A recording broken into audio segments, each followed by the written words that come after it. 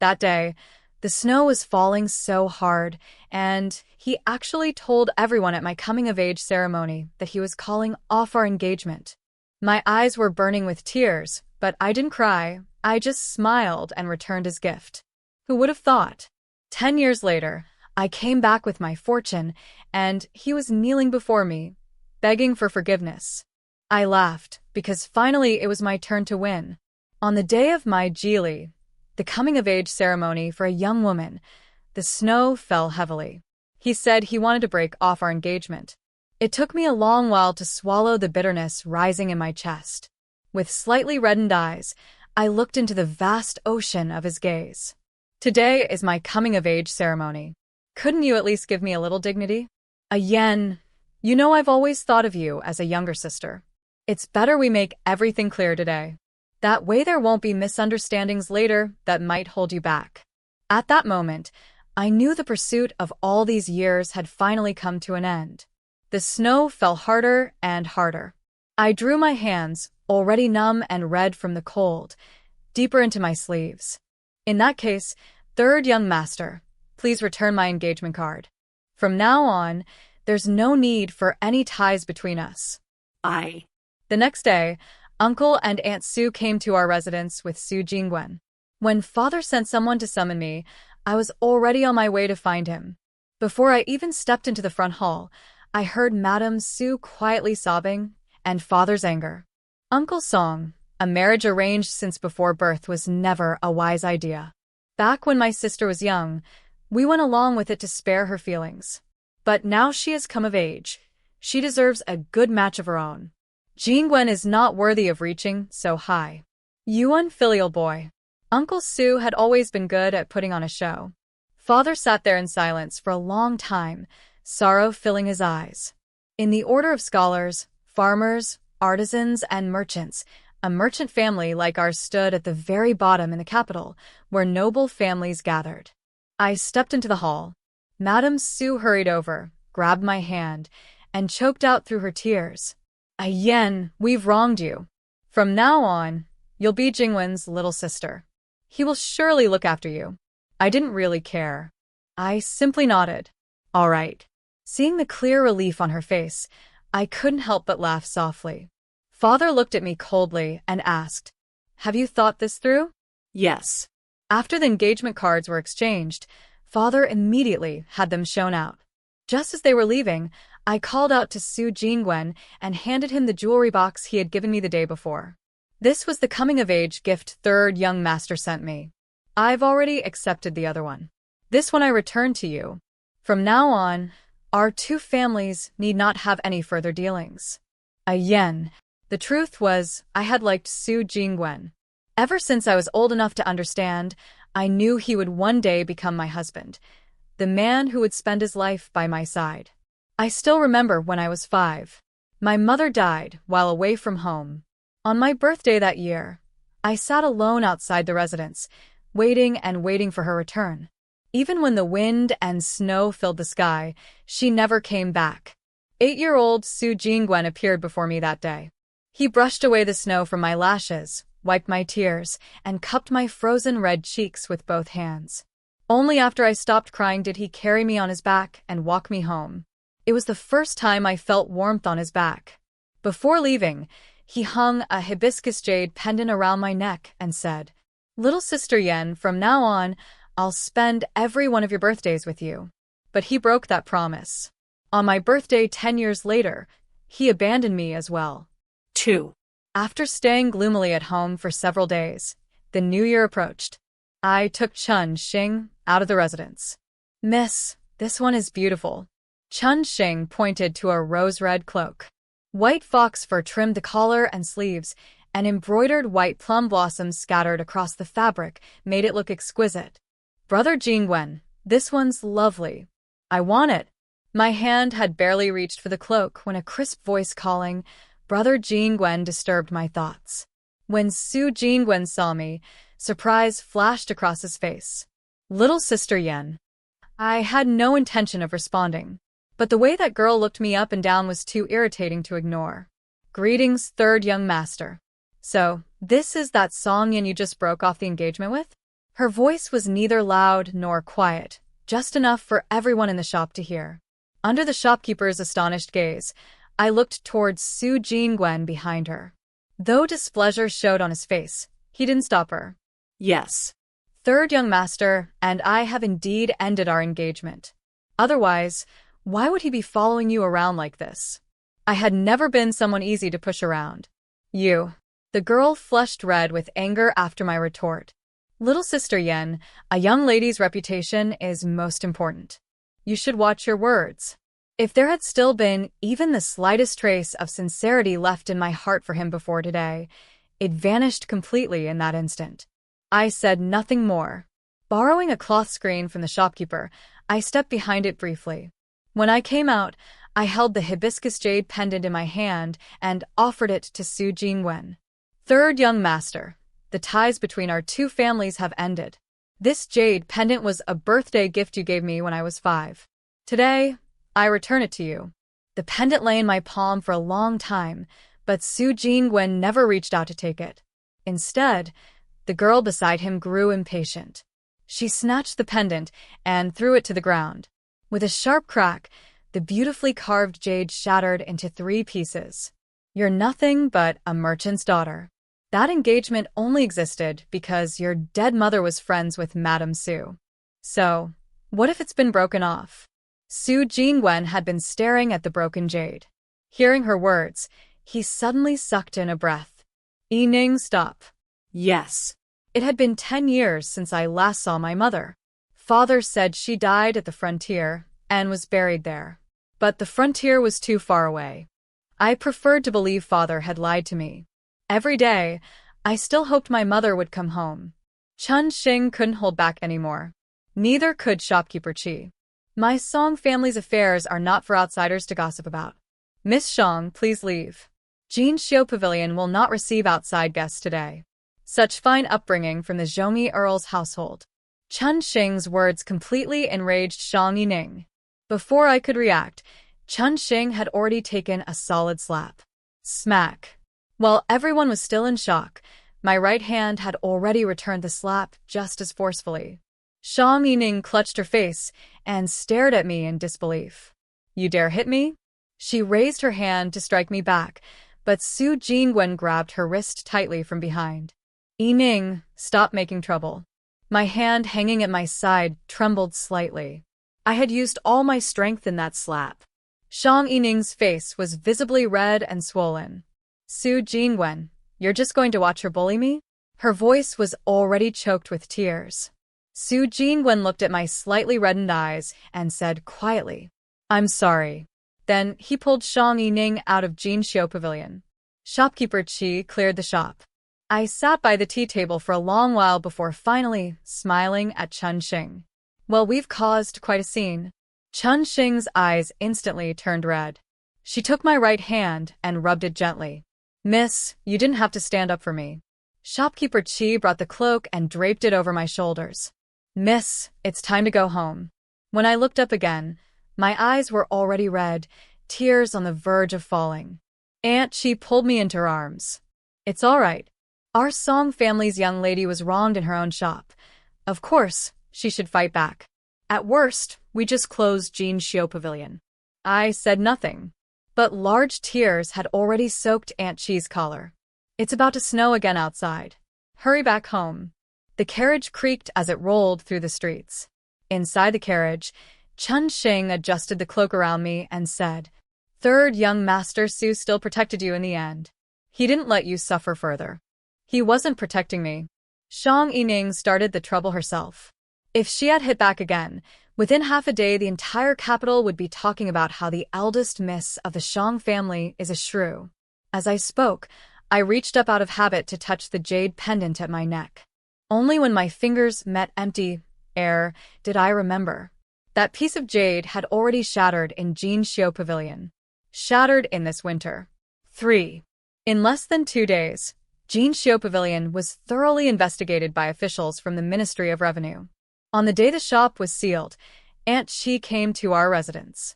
In the front hall, she sipped the Longjing tea that had been sent from Suzhou and Hangzhou for spring, then let out a long sigh of relief. At last I can get some proper rest. All these years I've worked myself to the bone for the Song family, without a single day off. Father sat at the head seat and scolded her jokingly. You may enjoy your leisure, but I'm about to worry myself into growing white hair. I set down the pastries in my hand and suddenly knelt before Father. This is all my fault. I acted rashly and caused Father so much trouble. Father was startled and hurried to help me up. Song Yen, you truly are my daughter. That Su family looked down on our Song family because they wanted to climb higher. Even if the incident at Jinxiu Pavilion hadn't happened, I would have found a way to trip them up sooner or later. Master, I probably shouldn't say this, and she added carefully, but the young lady slapped the legitimate third daughter of the Zhongyi Earl's household. I'm afraid that's not an easy account to settle. In the worst case, we simply lose all our family wealth, Father said lightly. Then I'll take my daughter to the frontier. I'll bring her to see that heartless mother of hers as well. Over the following days, Father came home later and later. On the day of the New Year festival, it was already dark and he still hadn't returned. The servants we sent out one after another all came back with no news. Just as panic was beginning to overwhelm me, Su Jingwen arrived with Madame Su. Yen, your father has been imprisoned. I froze in shock. You don't need to worry, Madame Su continued calmly. Jingwen has already tried to mediate a little. But Yining has a short temper. Only if you leave the capital will she calm down. My voice trembled. Why? I was born in this capital. I had grown up here. In 15 years, I had never once stepped beyond the city gates. Little sister Yen, Su Jingwen said, all your family shops have already run into serious trouble. You vented your anger in a moment of impulse, and now you feel better. But Yining hasn't. If you leave the capital, it will also give Yining a way to step down gracefully. Your uncle Su and I will speak properly with the Zhongyi Earl's household. Your father will be released, and we can even leave a few shops for your family, so he can live comfortably. The two of them spoke back and forth, one sentence after another. Only then did I understand the real purpose of their visit. And, if I refuse? Madame Su's face changed immediately. Your family are merchants.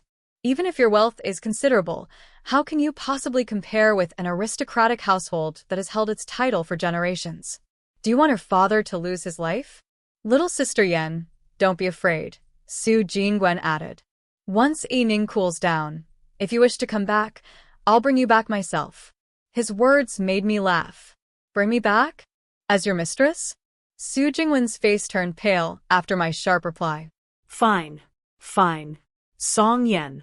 For the sake of your mother, I tried to help you. But you refuse a toast only to drink a forfeit. Seeing that the mother and son were preparing to leave, I finally spoke. I can leave the capital, but I'll wait until my father returns home safely. And you must guarantee his safety after I leave. Hearing this, Madame Su's smile returned. She grasped my hand warmly. Good. I knew our Yen is the most sensible girl. After they left, light snow began to drift down again on the New Year's festival. Chun Xing was already standing beside me, crying so hard she could barely speak. Miss, I squeezed her hand and looked up at the snowflakes swirling through the sky. The moment I slapped her that day, I knew this matter wouldn't end peacefully. But how could I have imagined father would suffer because of it? Today should have been a day for families to reunite. Shang Yining would never dare lay a hand on me within the capital. But once I left the city, any random bandit could take my life. When the news eventually reached the capital, it would have nothing at all to do with Shang Yining. 4. On the first day of the new year, the weather was bitterly cold. When father was finally escorted back home, I had already finished packing my luggage. Father stood at the gate of the residence, watching Chun Xing load piece after piece of baggage onto the carriage. He remained silent for a long time. I stood below the steps, looking at father's thin figure, my heart aching unbearably. In the 10 years since mother left, the enormous residence had held only the two of us, depending on each other. When our circumstances were hardest, father had once wondered if he should simply follow mother and leave this world as well. But for my sake, he endured it again and again. During the first 2 years after mother left, I often woke from nightmares in the middle of the night. When the elderly maids in the household couldn't calm me down, they would carry me to father. Later, when the nightmares became frequent, whenever I woke up crying, father would already be sitting beside my bed, gently patting me and coaxing me back to sleep. Again, come home with father.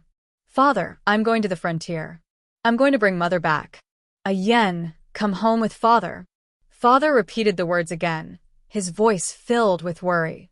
He must have already learned everything. I didn't answer. Instead, I knelt straight down in front of him. The 3 kowtows I gave were sincere. The half-melted snow on the ground was piercingly cold. The chill crept up my legs, spread through my chest, and finally burst out as tears. Once I left this time, I might never return. I acted rashly and offended powerful people. This is my fault. It's because your father is useless. His choked voice only made my heart ache more. Father, wait for me to bring mother home. I pulled my cloak tighter around myself and stepped onto the carriage without daring to look back. Only after the carriage creaked through the gate of our residence did I finally turn around for one last glance. The wind had risen. The cold cut straight through to the bone. Father was still standing there at the gate, motionless for a very long time. When the carriage left the city gates, Su Jingwen and Madame Su watched it disappear into the distance. For once, their expressions showed a trace of reluctance. Yutao had only this one daughter. What a pity. Staring at the receding carriage, Su Jingwen spoke quietly. I've already sent people to escort her to the frontier. Whether she can actually reach it will depend on her fate. He did feel some reluctance. After all, they had grown up together for so many years. It was impossible for there to be no feelings at all. But if anyone was to blame, it could only be that her family background offered him no advantage whatsoever. After the heart-wrenching farewell in the capital, Song Yan's journey has truly begun. The danger outside the city is immediate and brutal, testing not only her courage, but her instinct to survive. This is where her resourcefulness, determination, and the bonds she shares with those who stand by her will decide whether she can live to see another day. Let's step into this perilous escape and witness how fate intervenes in the nick of time. The carriage had barely gone a dozen miles beyond the city when Shang Yining could no longer restrain herself, and the sounds of swords and blades clashing erupted around us. Inside the carriage, I gripped Chun Xing's hand tightly. Foolish girl, I told you not to follow. Look, I might not make it through today. Miss, I understand. I grew up with you. Wherever you go, I go. Chun Xing was still young. Even though she knew the outcome from yesterday, her body still trembled with fear. You must hold my hand tight. In the next life, let's be real sisters. The clash of blades outside gradually subsided. Everything was reaching its inevitable conclusion. When the carriage curtain was lifted, I was holding a shivering Chun Xing. At the moment the sword came down, I drove the dagger, long hidden in my sleeve, straight into the heart of the attacker before me. Warm blood splattered across my face. Fear had no place in my mind. I had only one thought. I wanted to live. I wanted to survive. I grabbed my sword and, dragging Chun Xing behind me, jumped out of the carriage. Outside, bodies lay sprawled in every direction. Besides the guards I had brought, there were several more in black clothing lying lifeless. The men clearing the corpses froze when they saw me dragging Chun Xing down. One hurriedly pulled back the carriage curtain. Damn. She killed the 3rd young master. A shout rang out. The bandits gathered around, and I ran as fast as I could, dragging Chun Xing. But the odds were overwhelmingly against us. Within 100 meters, they caught up. I swung my sword wildly, while Chun Xing cowered behind me, shaking violently. Didn't expect the 3rd to fall to this little girl's hands. Step by step, they pressed us back. My hands holding the blade were trembling. Hero, how much did the buyer offer you? I'll double it, no, triple it. Ha! You killed my brother. Today, you will die without fail. Hero, spare me. I'll give you all my wealth. I only want a way to survive. Watching them advance relentlessly, I felt utterly hopeless. The swords were almost upon me, and I resigned myself, closing my eyes. Whoosh, the sound of a rushing wind, and once again, I felt warmth on my face. It had been so long since I felt pain. I slowly opened my eyes. The group of vicious bandits had been reduced to lifeless, frozen corpses. I stared, bewildered, touching the blood-soaked skin of my face. Am I alive? Chun Xing had fainted in fright. Only then did I notice, several meters behind me, two men on horseback. The lead rider wore a pale moon-colored winter robe.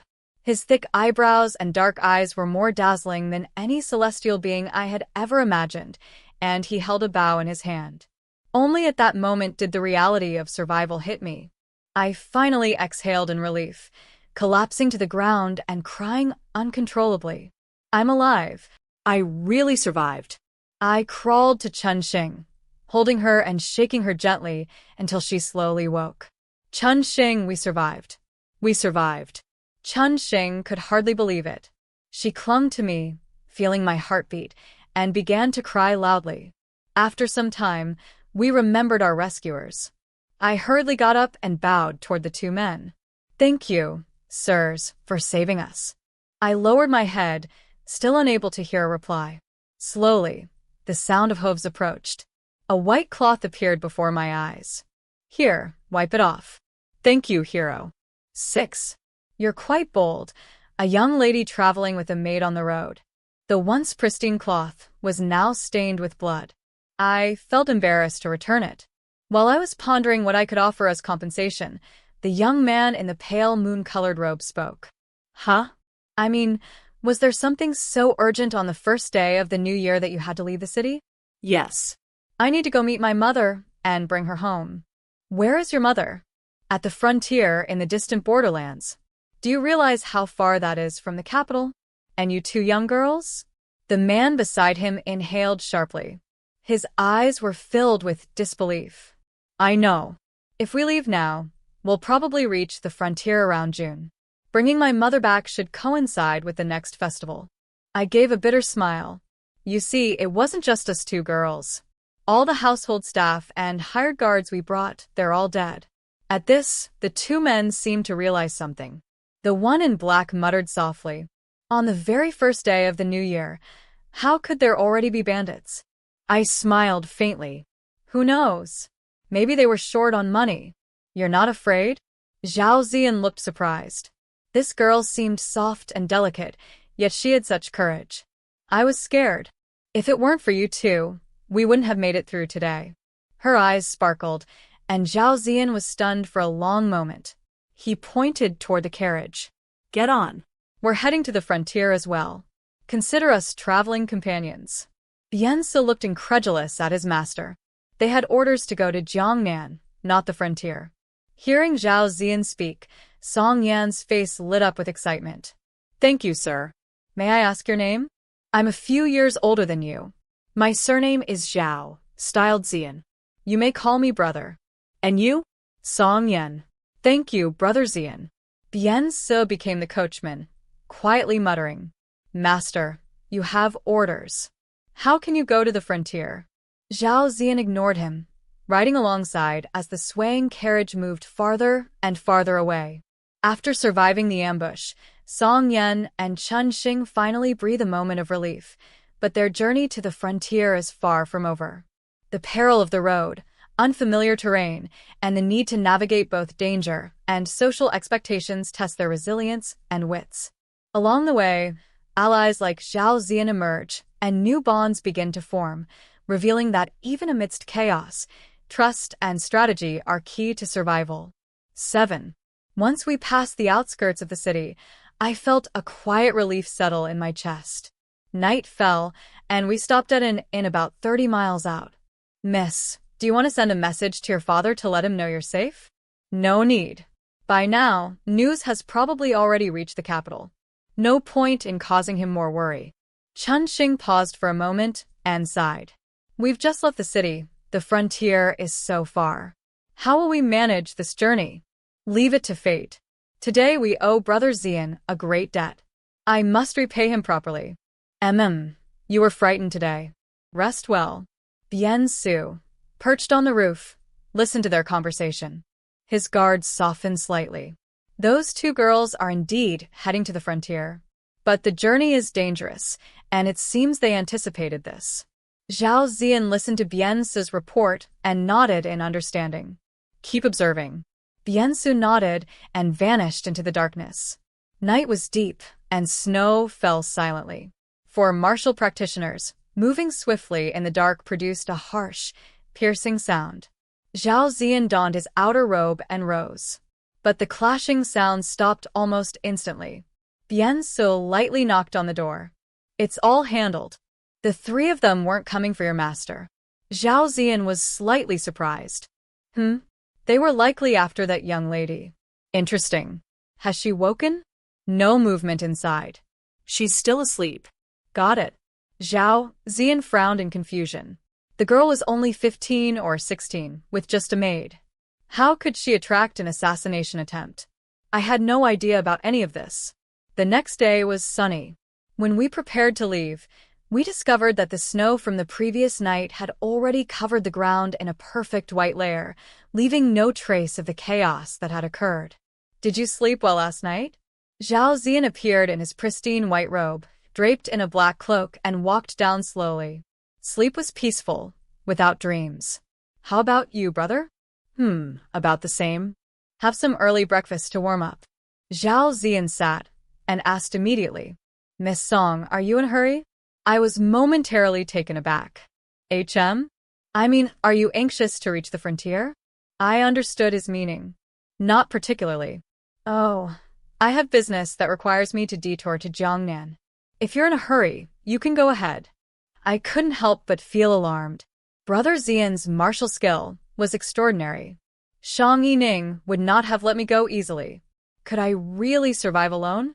No rush. I've never left the capital, so this trip is a chance to see the world.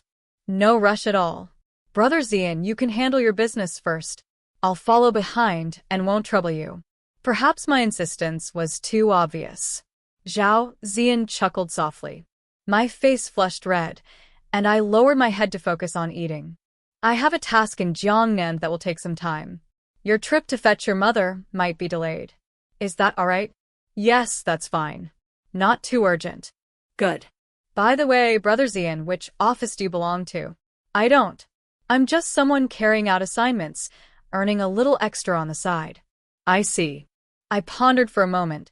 Since he needed extra money, he probably wasn't wealthy. I could provide silver without it being wasteful or awkward. I took out a pink embroidered purse with white petals and handed it to him. In that case, it wouldn't be right for Brother Zi'an to escort me for free. This covers travel expenses and is an additional reward. Thank you, Brother Zi'an. Bien Su's eyes widened and Zhao Zi'an chuckled softly, tucking the purse away. Thank you very much, Miss Song. I silently breathed a sigh of relief. At least I hadn't overstepped. 8. When the carriage arrived in Jiangnan, spring had already arrived. Over the past months, Zhao Zi'an and I had grown closer. It was still the rainy season. The willows along the lake had sprouted new leaves. After dropping the carriage at the post station for repairs, the four of us walked slowly along the streets under umbrellas. No wonder so many poems praise Jiangnan's spring rain. It's very different from the capital. This isn't even the most beautiful season. When the lotus blooms, the lake looks like a fairyland. I looked up at him, and he just happened to glance down at me. Brother, do you come here often? Yes. My elder brother especially loves Jiangnan. I accompanied him for the past few years. Oh, does he know of any local delicacies? You like sweets? At the end of South Street, there's a shop whose lotus root flour dumplings are amazing.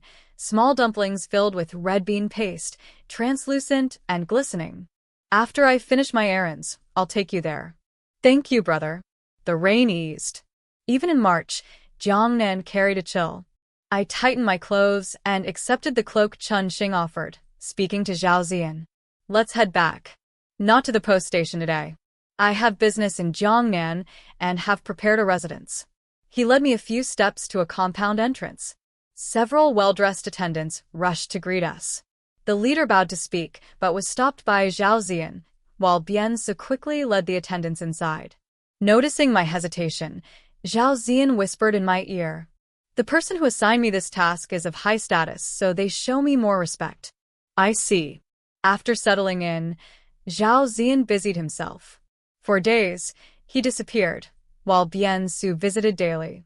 Life passed quietly, and early summer arrived almost imperceptibly. When summer came, I loved to indulge in coolness. In previous years, father restrained me, and I rarely got into trouble. This year was different. Chun Xing couldn't control me. I overindulged, and on the day of taking the sunflower water, I nearly fainted from the pain. Chun Xing was terrified. When I finally woke, I found Zhao Zi'an's cold, piercing gaze on me. Seeing me awake, his expression softened slightly, though he still sounded a bit stern. "You really pamper yourself too much." I was shocked. I had never seen Zhao Zi'an angry before. I quickly explained, "I don't usually behave like this. Rest properly now." He turned to leave but added a warning to Chun Xing. "Take care of your lady. If she overindulges again, come find me." Without looking back, he left. I looked at Chun Xing, puzzled. What just happened? Chun Xing adjusted my thin blanket and sighed. "When you fainted, Master Zhao was here. Your pale face scared him badly. He carried you back inside and got his robe dirty." I blushed violently, buried my face in the blanket, and shouted in embarrassment, "Miss, don't overindulge in coolness again." "I won't. You don't need to remind me." Who could embarrass me more than I already had? After this little incident, I avoided Zhao Zi'an for several days. Luckily, he was busy and paid no attention.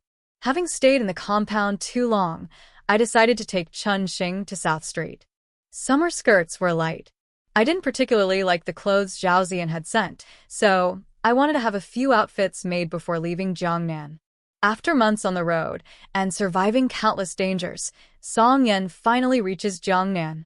Here, amidst the serene beauty of the South, she can explore her own skills and heritage, learning the delicate craft of embroidery while unexpected connections and family legacies resurface. It's a rare moment of calm before the journey to the frontier continues, blending personal growth with subtle intrigue. 9. In the silk shop, I selected several pieces of fabric, but I hesitated when it came to choosing the right pattern. "Miss, this pattern embroidered on the turquoise fuying silk will look the best." The shopkeeper recommended a white floral pattern. I shook my head. The fuying silk is smooth. White thread won't show well, it looks harsh and awkward. Turquoise silk requires a different color pairing. This just doesn't work. Then, how about this pattern? The shopkeeper held up a pink and white hibiscus design. Even worse, I said. The shopkeeper was at a loss. Among hundreds of patterns in the store, I hadn't chosen a single one. "Do you have extra fabric scraps? Give me some thread. I'll make my own pattern." Perhaps he had never encountered such a picky customer. He handed me the materials without another word and busied himself elsewhere. Chun Xing and I sat aside to work on the design. After about 15 minutes, I presented a pattern I was quite satisfied with. The shopkeeper held it, stunned. He called for the embroiderers from the back. "Miss, I've never seen a pattern like this. Could you explain it?" One embroiderer approached with the design, and others gathered around. "Use white for the base. Once the base is set, add a strand of pink to form the stamen. Then, 3 white threads and 1 pink thread, with a gold thread woven along the petal edges toward the center. Near the stamen, remove the gold to finish the bloom. Leaves are light green with silver outlines. The fuying silk drapes with a watery flow. For the hem, heavier lace must be added to prevent sticking. Gold threads should highlight movement, appearing subtly as you walk. Silver threads divide elements, preventing the leaves from blending into the fabric. With white silk, gold thread is necessary for separation." "Let me see it," a voice called from the crowd. It was Zhao Zi'an, long unseen. 2 middle-aged men stood beside him, along with Bian Su. He held the design and studied it intently. "I didn't expect you to have such skill." "Brother, feeling better?" I blushed slightly. "Yes, much better." This is double-sided embroidery. Are you really from the Song family? One of the men examined my embroidery over and over, his voice unusually excited. Before I could speak, he continued, "Of course. The young lady is very much like your father." The man's eyes were glistening with tears. I was startled. I knew my family had assets in Jiangnan, but father had never visited, so I had always assumed the silk shop was small and insignificant. But Uncle Su? The Jiangnan silk shop owner was surnamed Su, a childhood neighbor of my mother. Yes. The young lady has grown up just like your father. Even the embroidery is remarkably similar. My mother only taught me a little. Women in the capital rarely leave home. When I missed her, I read the books she left behind and gradually learned some embroidery myself. Naturally, I cannot match my mother's skill. Now that this is your own shop and not a public piece, I will organize the key techniques for the embroiderers to copy before I leave. Some time ago, your father sent word that you had set off for the frontier, hoping the Song family could provide some care along the way. We didn't expect you to detour to Jiangnan. Yes. There were some unexpected incidents on the road. Fortunately, Brother Zi'an rescued me. Once his work is done, he will continue to the frontier to fetch my mother. If Brother Zi'an fancies the fabrics, Uncle Su has kindly offered assistance. Su studied both Zhao Zi'an and me carefully. Of course. Have a garment made with the pattern I've provided. I will return in 10 days. If it meets the standard, we can finalize it. Zhao Zi'an spoke and then invited me. Come, I'll take you to that shop on South Street for the lotus flower dumplings. Uncle Su, please send word to my father.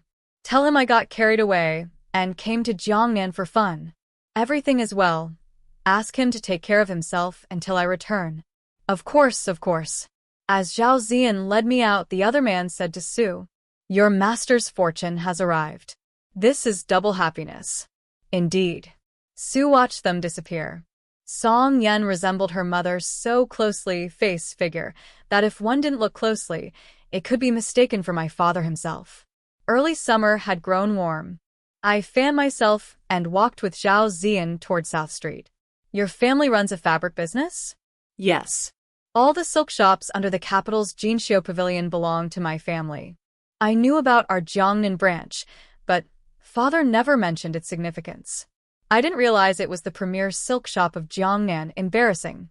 Zhao Zi'an chuckled. Didn't expect your family to be so wealthy. Brother, don't tease me. In 10 days, if the garment from your shop meets the standard, my task will be essentially complete. Then we can depart for the frontier. Good. Back at the shop, I organized the key techniques and sent them via Biansu to the silk shop. Within 7 days, Zhao Zi'an brought a finished garment made from the turquoise, Fu-Ying silk I had selected. The garment is ready. They made an extra one for you to take. See if it meets your approval. Uncle Su had added many lotus leaf trims along the hem, giving the skirt a heavier, more elegant drape. The only drawback of the silk was concealed, and I was extremely satisfied. Perfect. Good. Then my work here is done. Tomorrow we set out for the frontier to bring your mother home as soon as possible. The day we arrived at Huangsha town on the frontier, the weather had already turned chilly. The endless yellow earth stretched as far as the eye could see.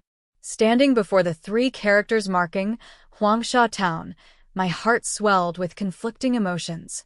This was the place where my mother's bones lay. Father had told me she was buried in the west with the other townsfolk who perished that day.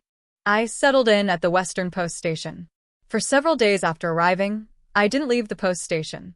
Biansu, curious, quietly asked Chen Xing multiple times. You've seemed troubled lately, he said. How do you know that? Chen Xing replied. You were anxious all the way to meet your mother. Now that we've reached the frontier, you seem calm. Indeed, I no longer felt urgency. Tomorrow, I finally decided. Tomorrow, I will see her. Zhao Zi'an felt a twinge of doubt. From the very beginning, Song Yan had always said she was traveling to meet her mother. But now, at the frontier, she didn't appear worried at all. I spent the night sitting still in the room, recalling my mother, whose memory had already grown faint. As the morning star began to fade, I made my decision. But the mountain bandits arrived suddenly. The sounds of slaughter erupted along the long street. The post station's people panicked, crying and screaming. Seeing the station gates firmly closed, the bandits tried to break in. Zhao Zi'an and fiancé drew their swords and stood guard at the entrance. "Enter one, you die," Zhao Zi'an said. Even the able-bodied men inside, seeing this, abandoned fear and rushed to help. Once the post station was restored to peace, Zhao Zi'an stepped out with his sword, instructing fiancé to stay by my side with cunning. Perhaps noticing our unease, fiancé comforted us. "The frontier is at the border. Bandits are a common occurrence here," he said. The post station manager paused his work at those words. "Indeed, young master." Sigh. 11 years ago, there was a similar incident. Only after the military guards arrived was it quelled. In these 11 years, bandits occasionally entered town, but never with today's indiscriminate killing. 11 years ago? Yes. That winter night was even worse than today. Bodies everywhere. Without the Jiangnan, this small town would have been a graveyard. Jiangnan? Which Jiangnan? She was an ordinary woman. We never knew her name, so we called her Jiangnan. To us, she was a celestial lady. "What happened that year?" I asked, heart-thudding. "Was it related to my mother's death?" The manager sighed. "Bandits came down from the mountains that winter night, burning and killing at will. They spared no one, not even children. Bodies littered the streets." Jiangnan was a traveling merchant, said to be seeking silk threads unique to the frontier. When the bandit struck, she was staying at a farmhouse near the schoolhouse. She gathered the children and townsfolk there, held them safe, fired signal flares, and drew the military guards to intervene, saving everyone. But she couldn't save herself. I was among the crowd. Li's child, already weak, lagged behind while hiding. A bandit's blade almost pierced the child. The guards were slow. Jiangnan intercepted the strike, taking a fatal wound. Only when the guards arrived did she close her eyes. She saved over 100 lives. Later, we built a temple in her honor, praying she would be reborn and ascend as a celestial. Chun-Xing gripped my hand so tightly it hurt, tears spilling down my cheeks. Fiancé sighed beside us. One life lost, yet more than 100 were saved. She truly died as she should have. 11. Finally, the sun climbed above the treetops. The bandits had withdrawn from the town, and the townsfolk were busy clearing the chaos left in their wake. Zhao Zi'an was hailed as a hero, stuffed with gifts at every turn.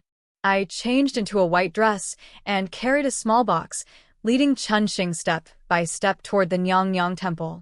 Along the way, we ran into Zhao Zi'an, who asked with concern, "You're going to meet your mother today, aren't you? You should see if she's safe." "Yes," I replied softly. "I'm going to see my mother." The temple gate was crowded. A young man was sweeping away the mess from the streets, while townsfolk knelt, offering incense and praying. "Thank you, Jiangnan, for protecting us once again." I stood aside, watching the people's heartfelt prayers, and a smile tugged at my lips. "Yes, thank her for shielding you all once more." The woman engraved in the statue slowly merged with my memory. She really had died at the frontier. I grabbed the young temple attendant and pointed to the statue, asking, "Where are her remains?" "Huh? Were her remains properly interred?" "Where is she buried?" "In the backyard." I led Chun-Xing at a quick pace toward the rear courtyard. "You can't go back there." The young man tried to stop me, but I moved too fast. He shouted loudly, and several townsfolk tried to block my path. In the back courtyard stood a solitary grave marked only with a wooden plaque, Jiangnan Tomb. A pear tree grew beside it, its leaves browned and withered. Seeing it, my eyes grew hot. For the first time, the reality of losing my mother hit me. I knelt by the wooden plaque, letting my hand brush over the words Jiangnan Tomb, staring at the grave as if I could pour out the grievances of the past 10 years to her. "Father heard you died at the frontier. He came looking for you, but didn't bring your body back. I assumed he lied to me. So on my 5th birthday, I sat at the gate of the mansion waiting for you. Waiting through blizzards, through wind, but you never returned." The surrounding townsfolk fell silent. Even Zhao Zi'an and Bianzi stared at me with surprised expressions. Afterward, I often had nightmares. In them, I watched you abandon me, leaving me behind, walking away. No matter how I called for you, you never turned. I'd wake to Lin Yi, who grew up with me, holding me and soothing me, but she fell ill the year after you died and passed away. Did you see her below? Is she all right? A gentle breeze lifted my skirts. I wiped my tears and continued. When I was 7, some children cornered me in an alley, mocking me for being rough and unrefined, claiming I had no mother to teach me. I argued that I did have a mother. A stone struck my head, leaving a huge bump. After that, I rarely went out. When I missed you, I would study the books you left, learning the embroidery you taught. Days would pass with a single piece of stitching. I thought that if one day you returned, you would praise me for diligence and effort, so I wouldn't disgrace the title of your #1 apprentice. Father never remarried. He ran the business you left behind, and now he's one of the wealthiest merchants in the region. Oh, and Su's son entered officialdom. On my coming-of-age day last year, he withdrew his proposal. I thought to myself, if you were still here, with your temper, you would have gone after the Su family and argued fiercely with them. I smiled bitterly. The lady of the Su household claimed you were dead. I struck her in anger. She forced me to leave the capital, and they sent people after me. Only thanks to brother's rescue did I escape with my life. Every step was difficult, and when I finally reached the frontier, I didn't dare to see you. I kept thinking father had tricked me. I kept imagining that you had another child there, better, more obedient, and that's why you never returned. The statue in the temple looked so much like you that I believed it. I believed you had died at the frontier, not that you had abandoned me. Mother, in a few days, I will turn 16. See if I've grown as you imagined. Mother, I've come to bring you home. A gentle wind brushed my face, like my mother's hand resting lightly on my back. I tied the white handkerchief hidden in my sleeve to my forehead and knelt before the solitary grave. Zhao Zi'an stepped forward and knelt with me.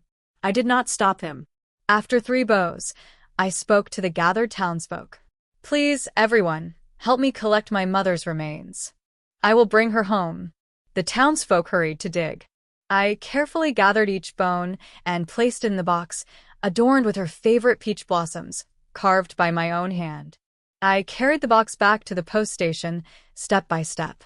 Zhao Zi'an followed silently, while the townsfolk watched our figures recede. I laid my mother by my side and let her rest in the bedroom. Chun Xing kept watch at the door, while Zhao Zi'an remained in the main hall, silent for a long time. The post station manager eventually placed a pouch of coins on the table. Jiangnan did us a great favor. We cannot accept this money.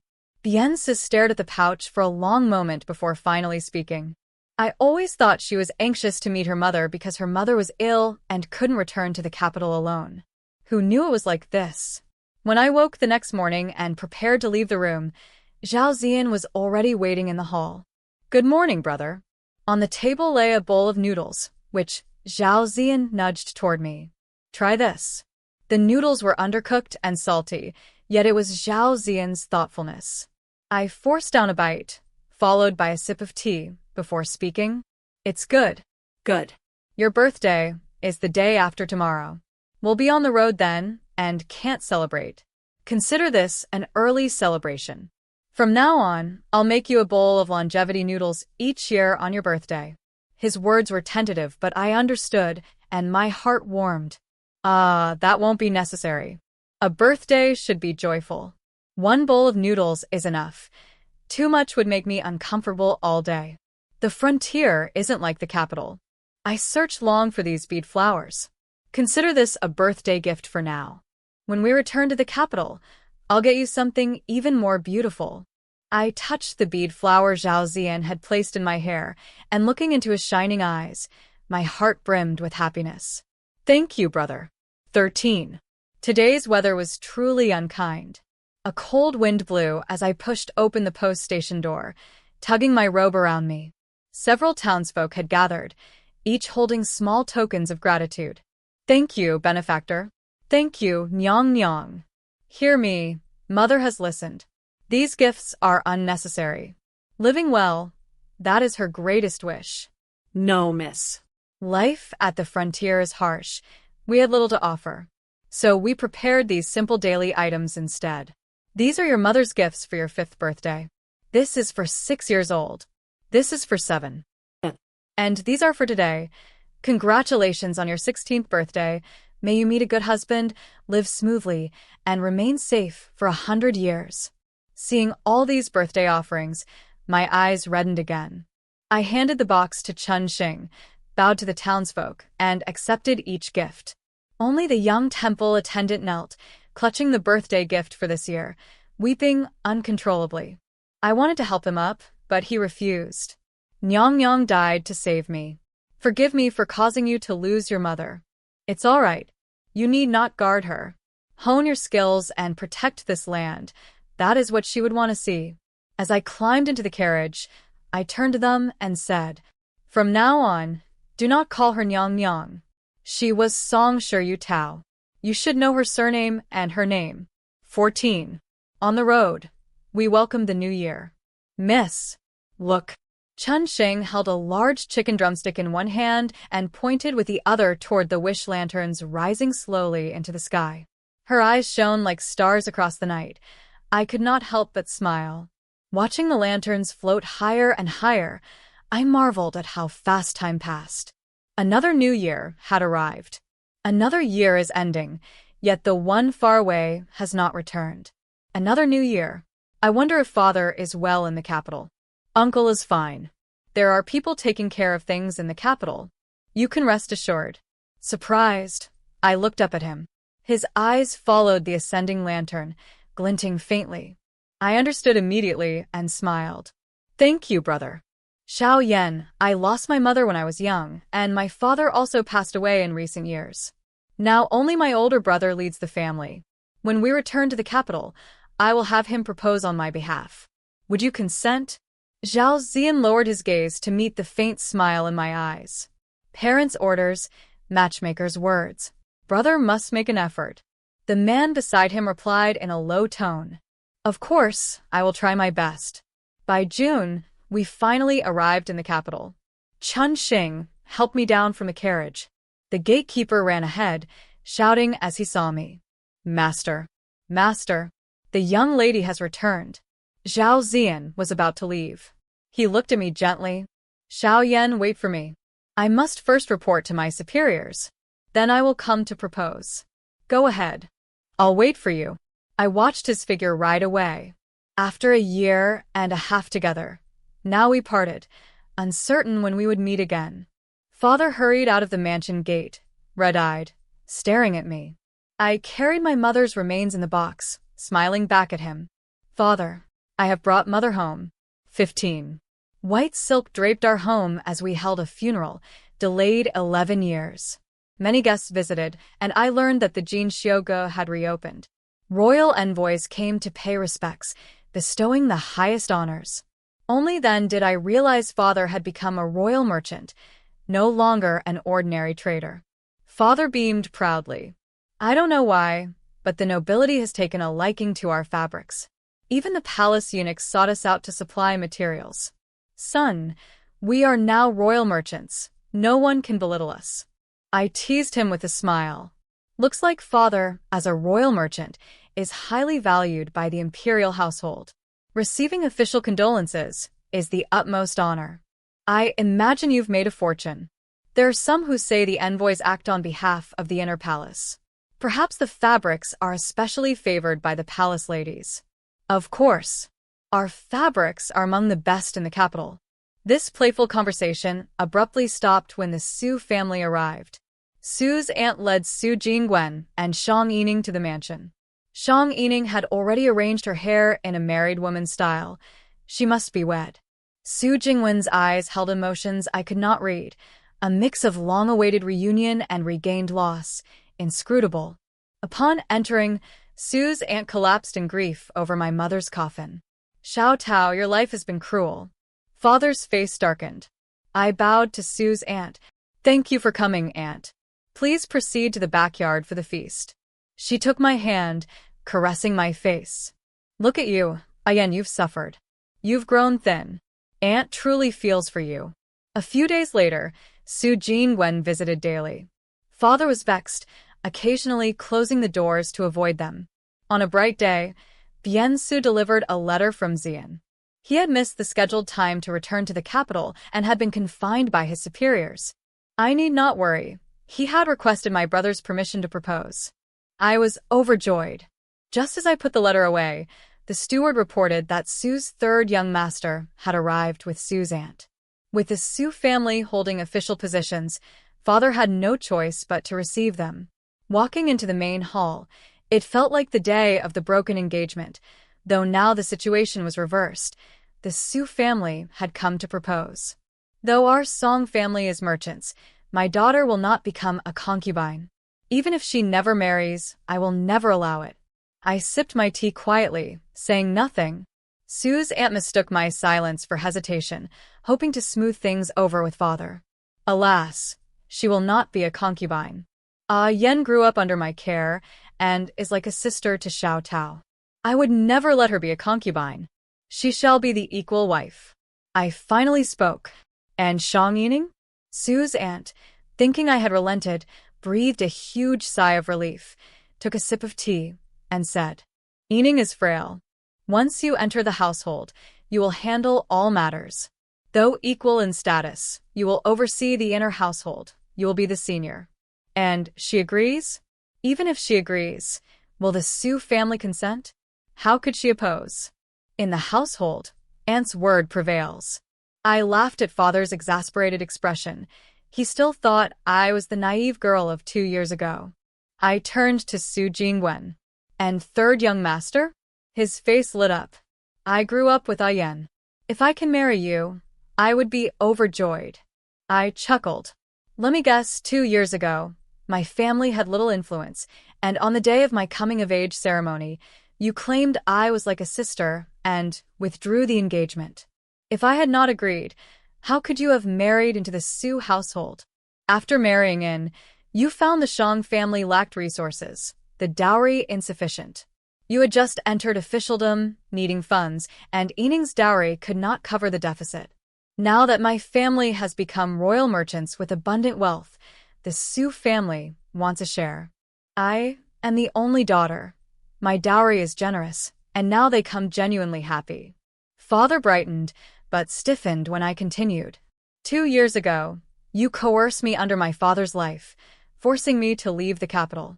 Shang Yining bought assassins outside the city. You cannot claim ignorance. I escaped with my life. And now the Su family dares to come proposing? Father flew into a rage, summoning the steward to eject the Su family. Mother and son fled in disarray. Father was enraged the entire night, according to the attendants, unable to sleep. Before we dive in, let's take a moment to appreciate the chaos that unfolds when the past collides with the present.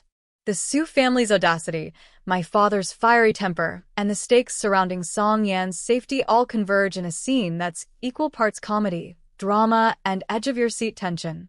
It's one of those moments where every decision ripples outward, and the next chapter of alliances, threats, and unexpected heroes begins.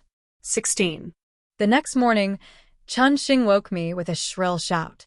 Miss! Miss! Miss! Something terrible has happened. Father is in trouble. Sleep fled from me instantly. I questioned Chun Xing, but she could only say that the steward sent her to fetch me. I hurriedly mounted the carriage, but it stopped at the Su family estate. Crowds pressed around the gate, 3 layers deep. Parting them, I saw the Su mansion doors tightly closed. My father sat on the steps, flushed and agitated, shouting at the top of his lungs. You hear this? The Su family dares hire assassins, and now they want to wipe out the Song family entirely. I rushed forward to support him. Father, let's go. He shook off my hand, pointing furiously at the gate. I'm not leaving.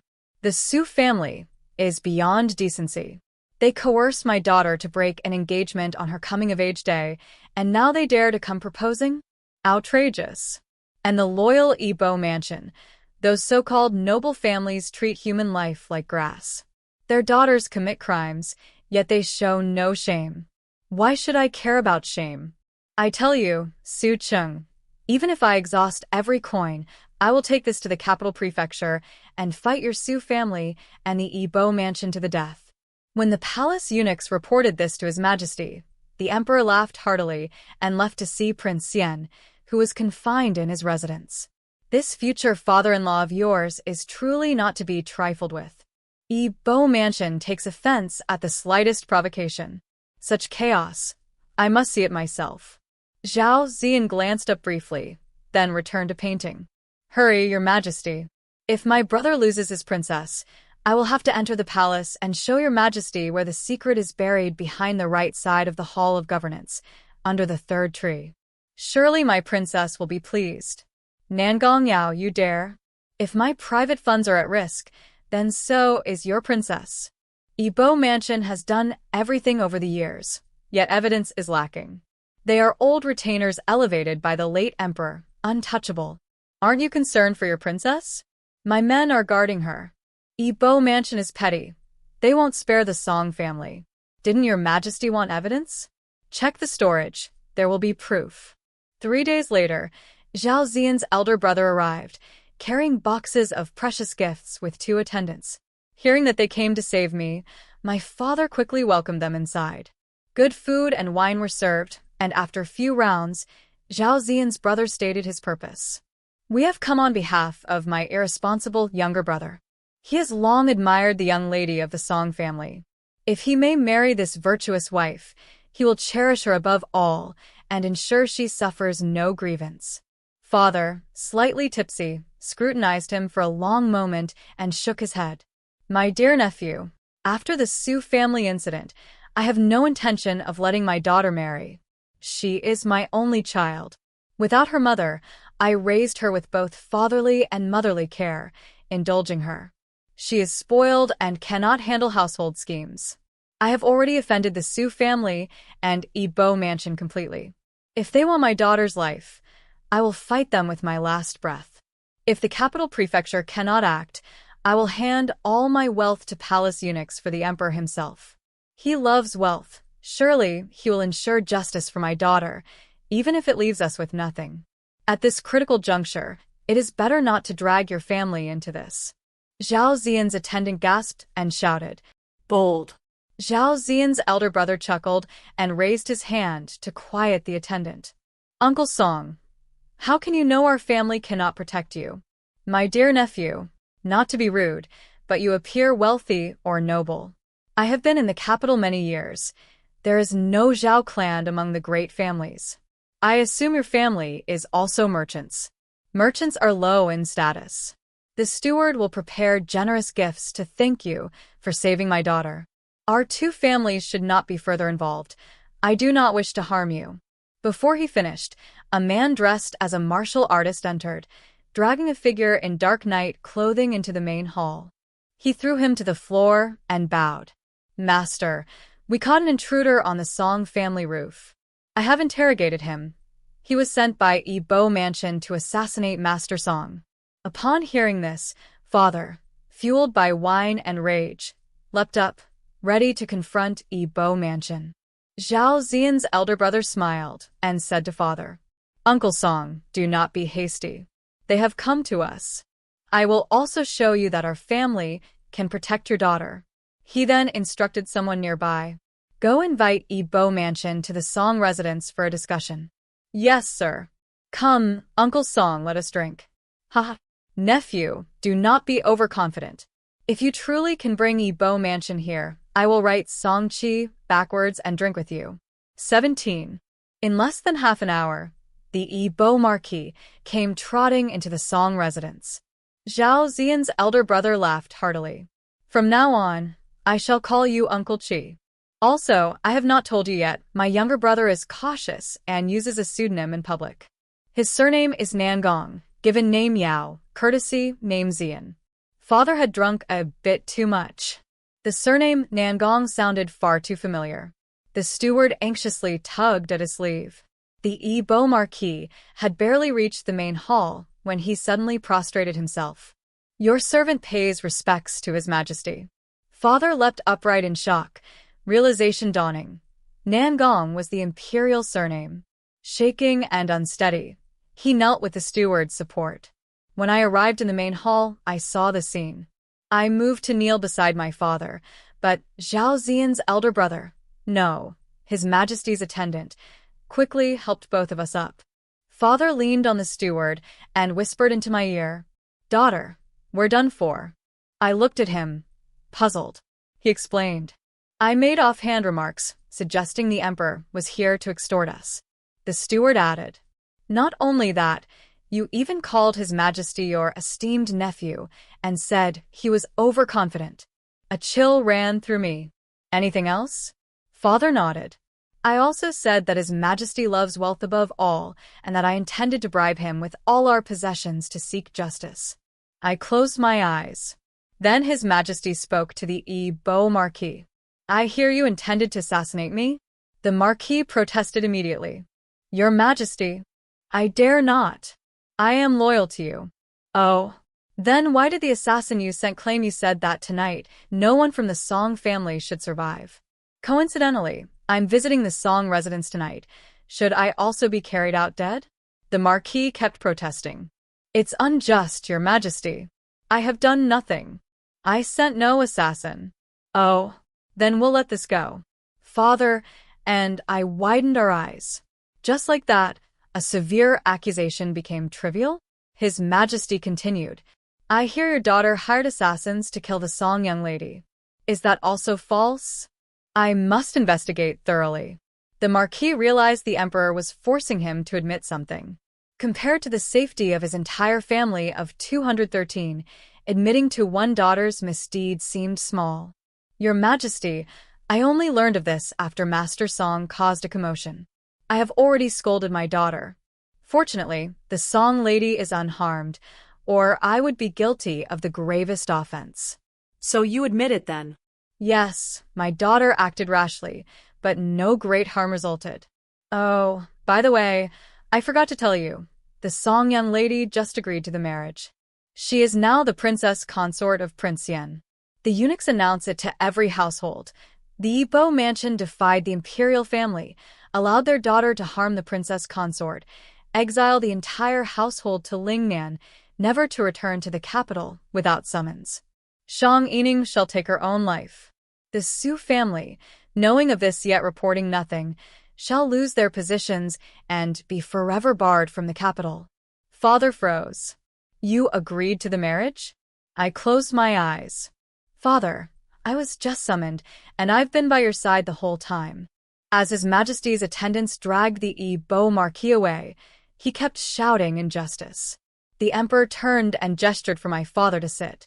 "Uncle Song, I've long disdained this Beau Marquis. He relied on his old court position to extort silver and harm anyone who opposed him. I could never catch him red-handed. Thanks to you, Uncle Song, a poisonous tumor has been removed. Now let us continue drinking." Father dared not refuse. He remained kneeling, unwilling to rise. "Won't you drink? I thought I heard something about loving wealth just now." Father hastily rose with a smile. "You misheard, Your Majesty. Come, drink." 18. The next day, the Emperor issued an edict. In recognition of my mother's merit, our family was granted noble status. My mother was posthumously honored, I was granted the title of county lady, and my marriage to Prince Yan was officially recognized as his primary consort. The wedding was set for the 5th day of the 9th month. Though not hereditary, it elevated our family's status considerably. Zhao Zi'an, no, Nan Gong Yao, personally delivered the edict. Summer heat bore down, and cicadas chirped endlessly in the willow trees by the lotus pond. "Prince Yan is truly impressive," I whispered. Zhao Zi'an soothed me gently. "I was wrong. I never intended to deceive you. Zi'an is my courtesy name. Zhao is merely a pseudonym. Everyone knows Nan Gong is the imperial surname. How could I dare use it openly? Now it's too late. You still lied to me." All right, I was wrong. Please, Princess Consort, forgive me." I lightly tapped him, and he pulled me close. After a while, I asked, "Did you petition for my mother's posthumous honor? My elder brother saw my genuine love for you, and wanted to elevate your family. Once the Bo mansion matter was resolved, I told him your mother's story in the frontier. He immediately arranged for you to be made county lady and granted your mother her posthumous title. The emperor is actually quite good. Unlike my father said, he's not just greedy for wealth. Stop plotting behind me. My father's head peeked out from the grass nearby, frowning. Zhao Yao and I exchanged a knowing smile. First encounters bring joy. Long companionship still quickens the heart.